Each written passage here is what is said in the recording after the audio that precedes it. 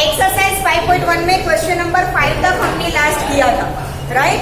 Question number 6 is, हमें एक figure दी है, उसमें AC is equal to BD है, तो हमें AB is equal to CD prove करना है।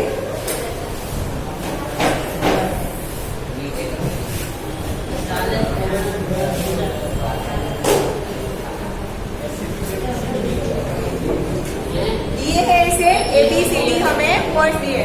बस बेटा अब यहाँ पर ध्यान,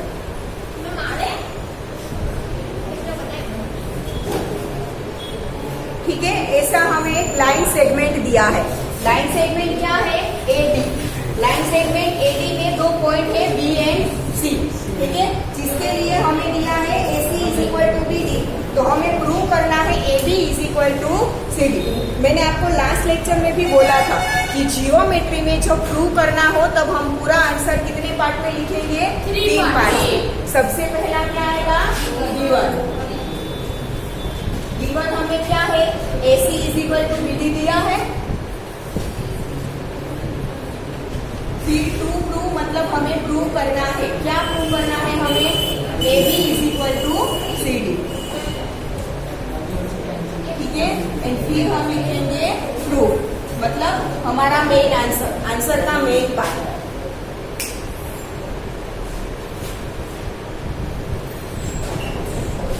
अब हमें जो गिवन है उसी में से हम स्टार्ट करते हैं। गिवन क्या है?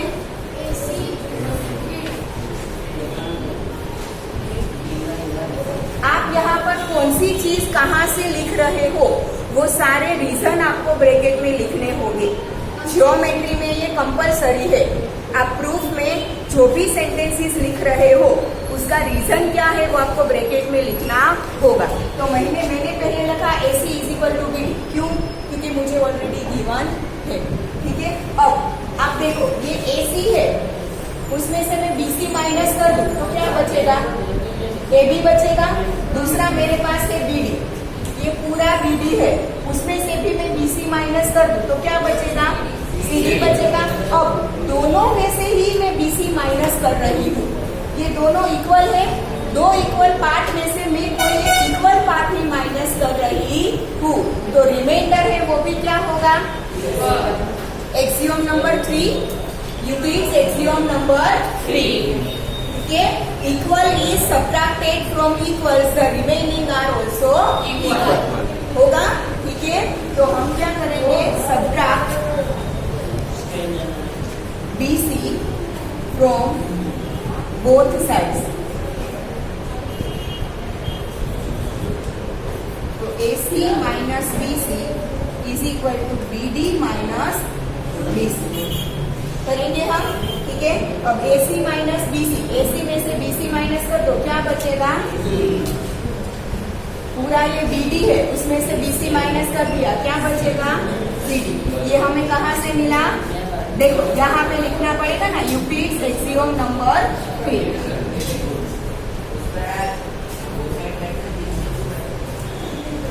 हमने दोनों में से BC माइनस किया, तो दो जो पार्ट बने वो दोनों इक्वल कैसे हुए?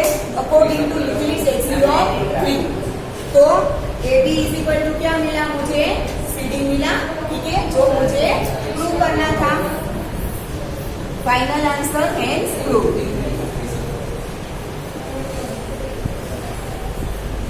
किया?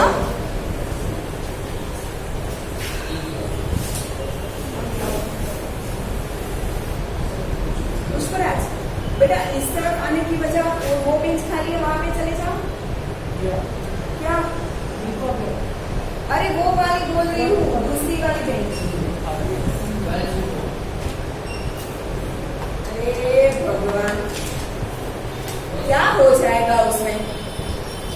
कुछ चिपक जाएगा आपको। वो लड़की वाली है, बस बस बस।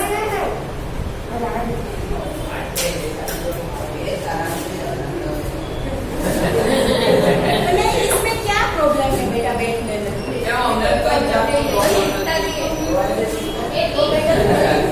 मैं वहाँ पे नहीं बोल रही, जहाँ पे बैठा है वहाँ पे बोल रही हूँ। ये तभी कहाँ पे बैठा है? वहाँ पे बात करो।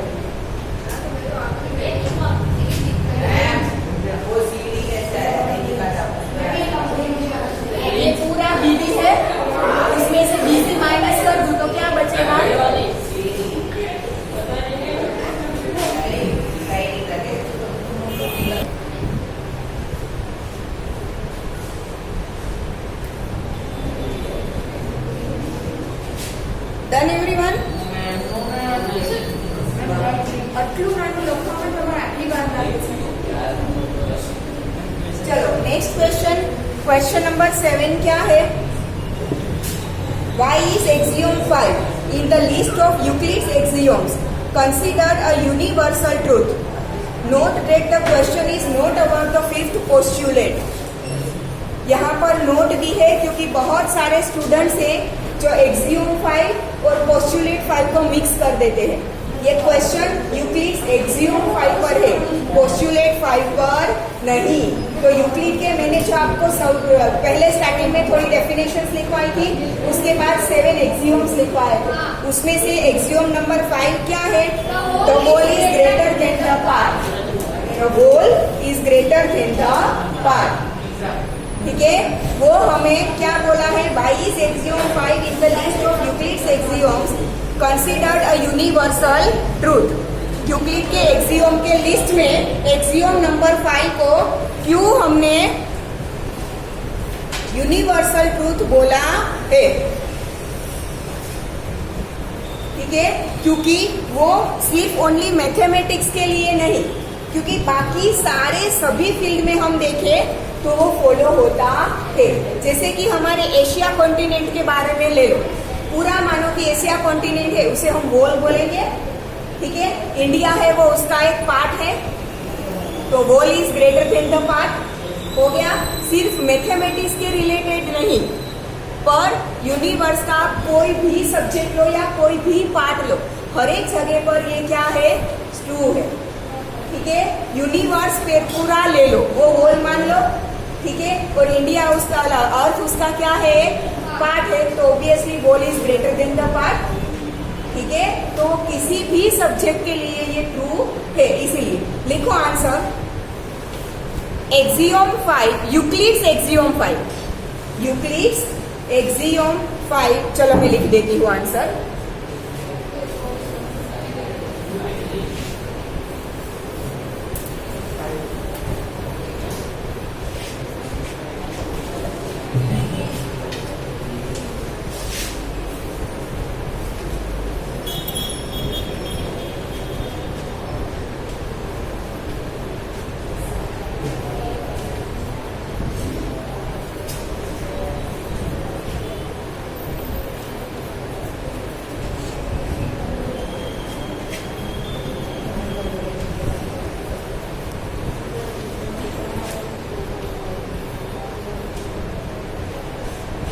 Euclid's axiom 5 states that the whole is greater than the part. Okay?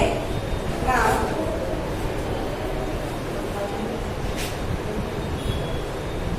it holds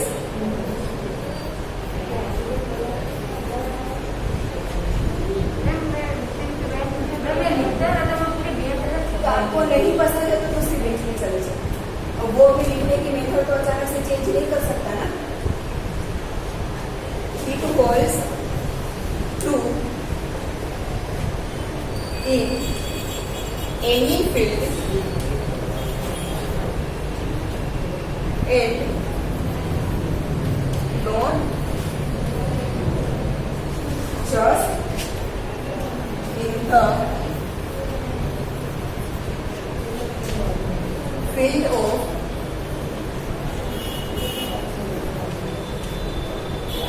mathematics. क्या है देखो? It holds true in any field and not just in the field of mathematics. ठीक है, ओनली मैथमेटिक्स के field में नहीं, सारे field में ये क्या है? ट्रू है. ठीक है, फॉर एग्जाम्पल, एक एग्जाम्पल हम मैथमेटिक्स का लेंगे, एक एग्जाम्पल हम लेंगे किसी और सब्जेक्ट का. ठीक है, तो हम यहाँ पे ले रहे हैं T is equal to A plus B plus C, where T is all and A, B, C are parts. Example करके लिखते हैं. हाँ, ये तो ऑब्वियसली यहाँ से डायरेक्टली समझ में आ जाएगा कि T is greater then ABC. होगा ना? ये T है, तीनों का आप एडिशन करो तब आपको T मिलता है. तो ऑब्वियसली ये तीनों आप अकेले अकेले लोगे तो वो T से स्मॉलर ही होंगे, मतलब T is greater then A, B and C. T is whole and A, B, C are parts. It is clear, receive that P is greater than A, B and C. ये mathematics के subject में हमने देखा। और कोई field ले, जैसे मैंने अभी एग्जांपल दिया, एशिया कॉन्टिनेंट एंड इंडिया। ठीक है, India is a part of Asia continent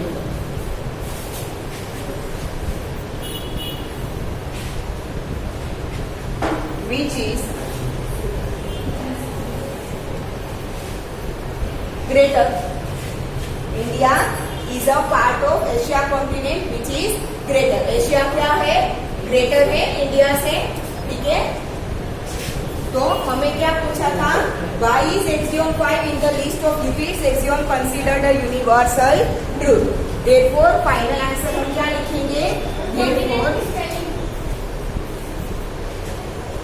कॉन्टिंग में लिख दिया बस। Therefore, axiom 5 is considered as universal truth.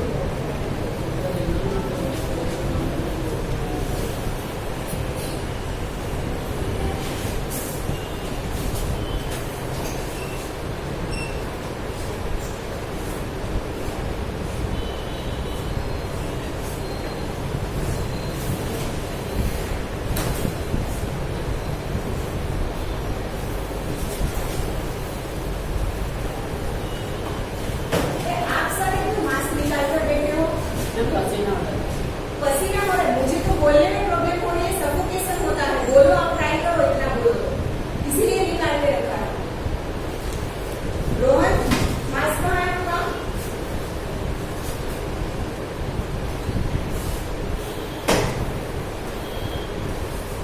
बेटा मैंने गले में पहनने के लिए नहीं बोला है Nitesh,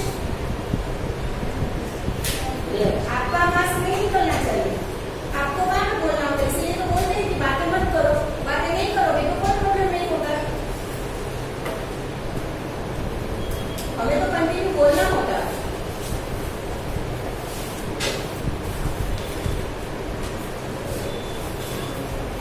done everyone?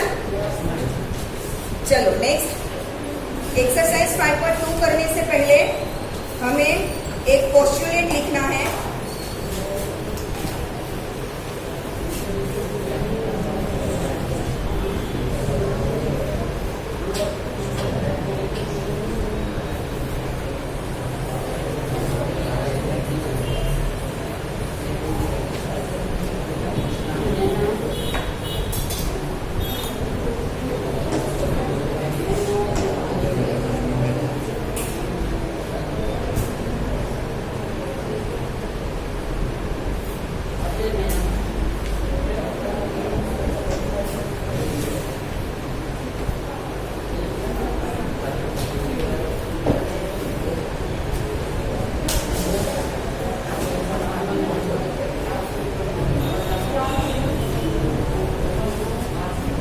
Done? Okay, चलो अब एक्सरसाइज 5.2 स्टार्ट करने से पहले एक एक्सियोम लिखना है हमें, जिसे हम बोलेंगे play face axiom.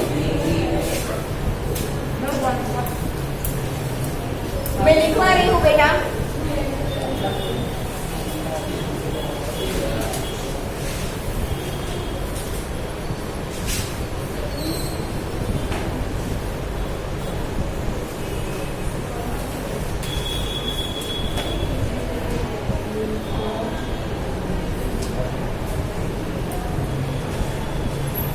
Play face axiom.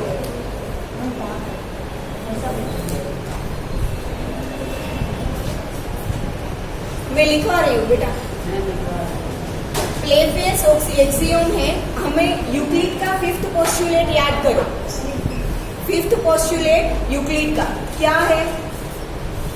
अगर मैं आपको सिंपल लैंग्वेज में बोलूं तो एक स्ट्रेट लाइन जो कि दो लाइन को इंटरसेक्ट करके पास होती है और इंटीरियर एंगल का सम अगर 2 राइट एंगल से कम है, मतलब सम 180 डिग्री से कम है, तो उसी तरफ वो दोनों लाइन इंटरसेक्ट होगी। ये मैंने सिंपल लैंग्वेज में बता दिया। यूक्लिड का पोस्टुलेट नंबर 5 क्या है कि अगर कोई एक स्ट्रेट लाइन दो अलग अलग लाइंस को इंटरसेक्ट करती है, तो जो दो इंटीरियर एंगल का सम लेस देन 180 मतलब लेस देन 2 राइट एंगल्स होगा, उसी तरफ वो दोनों लाइन क्या होगी, मीट होगी। क्लियर? और जिस तरफ सम ग्रेटर देन 180 होगा उस तरफ वो दोनों लाइन और ज्यादा स्प्रेड होती जाएगी। क्लियर? ये इन सिंपल लैंग्वेज, ये क्या है, in simple language Euclid postulate 5 मैंने समझा दिया। अब इसी को कंसीडर कर अलग अलग एक्सियोम्स, थियोरम्स वगैरह डिराइव किए गए हैं। यूक्लिड पोस्टुलेट नंबर 5 को कंसीडर कर अलग अलग एक्सियोम्स या तो थियोरम्स डिराइव किए गए हैं, जिसमें से अब हम यहाँ पर देखेंगे प्लेफेयर्स एक्सियोम। इसे प्लेफेयर्स एक्सियोम क्यों दिया गया है? प्लेफेयर सरनेम है। प्लेफेयर क्या है? सरनेम है। ठीक है, एक मैथमेटिशियन है, उसके नाम पर से इस एक्सियम को प्लेफेयर्स एक्सियम दिया गया है। पहले सेंटेंस लिख लेते हैं, फिर मैं समझा देती हूँ कि उसका मतलब क्या है। For every line L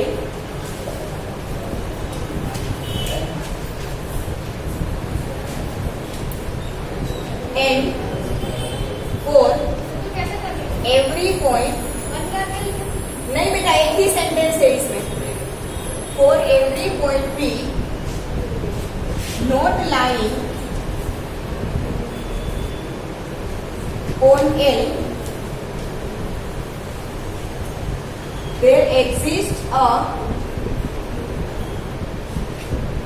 unique line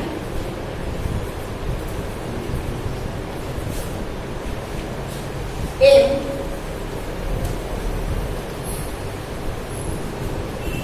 passing through P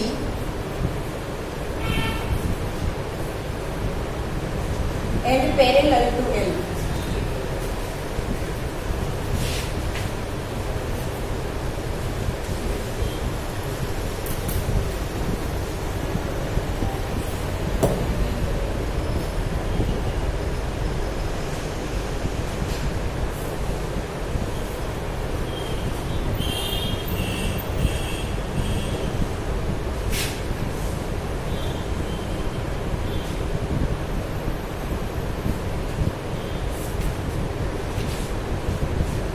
चलो यहाँ पर क्या बोला गया है?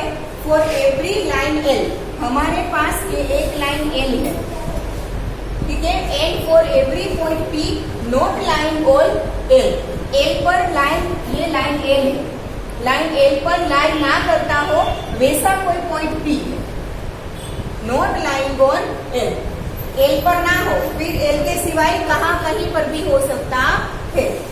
There exist a unique line m passing through P and parallel to L, तो P में से पास होती हुई आपको ओनली यूनिक लाइन मतलब ओनली एक ही लाइन मिलेगी।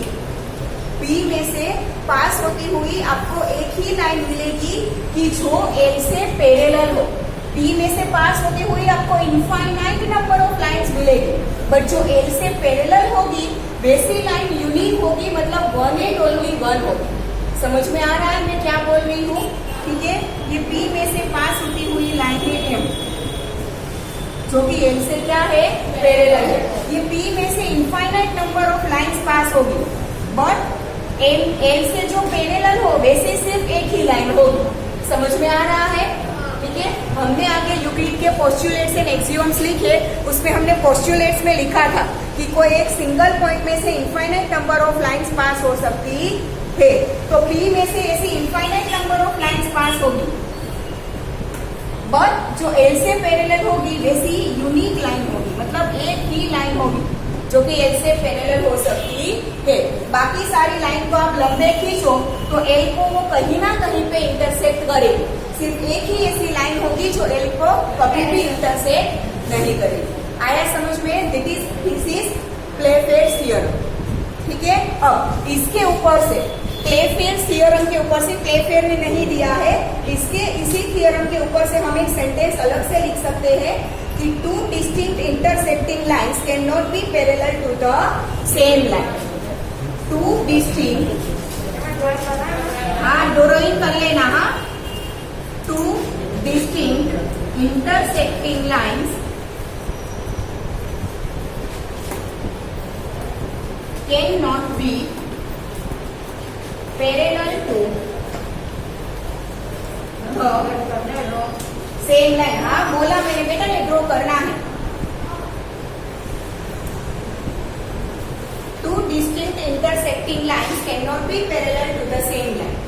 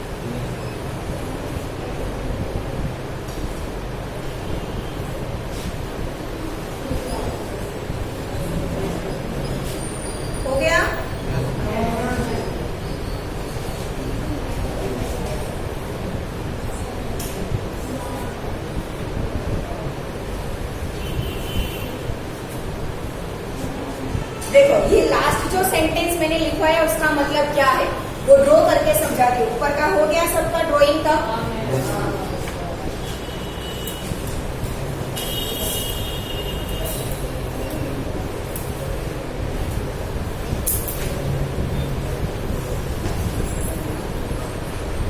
चलो, टू डिस्टिंक्ट इंटरसेक्टिंग लाइन्स, दो अलग अलग लाइन्स है जो कि एक दूसरे को इंटरसेक्ट करती है।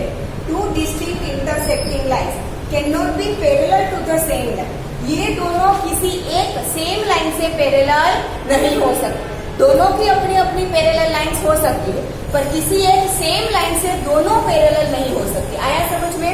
इसके पैरेलल लाइन यहाँ पर बनाओ, ठीक है, और इसके पैरेलल लाइन ऐसे बनेगी, ठीक है। दोनों के लिए पैरेलल लाइन मिलेगी बट सेम लाइन नहीं होगी। Two distinct intersecting lines can not be parallel to the same line. किसी एक ही लाइन से दोनों एक साथ पैरेलल नहीं हो सकती, दोनों में से कोई एक ही पैरेलल होगी। आया समझ में? क्लियर? यहाँ तक रखते हैं। एक्सरसाइज 5.2 नेक्स्ट लेक्चर में करेंगे।